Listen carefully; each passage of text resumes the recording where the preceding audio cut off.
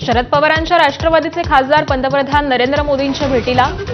मतदारसंघातील प्रलंबित विकास कामांवर चर्चा झाल्याची माहिती. पवार एनडीए सोबत जाणार नाहीत, मवियाला विश्वास.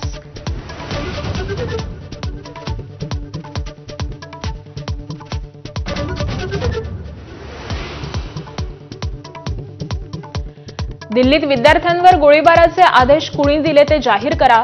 संसदेत उत्तर देण्याची मोदी शहांमध्ये हिंमत नाही, राहुल गांधींचा हल्लाबोल.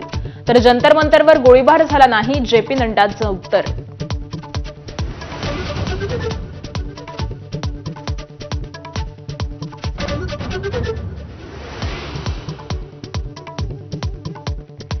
दिल्लीत रेवती सुळे, सारंग लखानी यांच्या लग्नानिमित्त रिसेप्शन. पंतप्रधान नरेंद्र मोदी, अमित शहा, सोनिया गांधी, राहुल गांधी सोहळ्याला उपस्थित. उद्योगपती गौतम अदानींकडूनही नवदाम्पत्याचं अभिनंदन.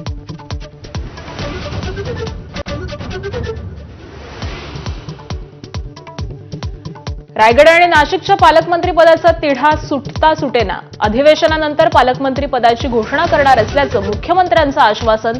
मात्र 1 महिना उलटूनही निर्णय न झाल्यानं शिवसैनिकांमध्ये कुजबूज.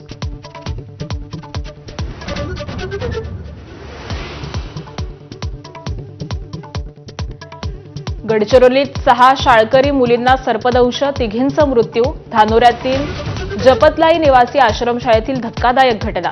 प्रकरणाची उच्चस्तरीय चौकशी होणार.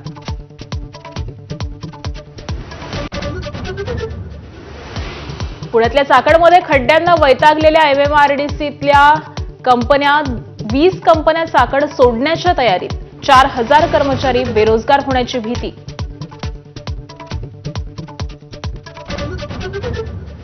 पालघरमध्ये पुन्हा भूकंपाचे धक्के. जव्हार विक्रमगड भागात रात्री 11 वाजता जाणवले 3.4 रिश्टर स्केलचे धक्के.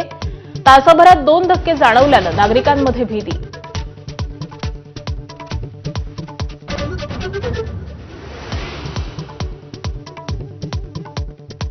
उत्तराखंडमधील चमोलीमध्ये पावसाचा हाहाकार. महापुरामुळे पूल वाहून गेल्याचा थरारक व्हिडिओ सोशल मीडियावर व्हायरल. प्रशासनाकडून सतर्कतेचा इशारा.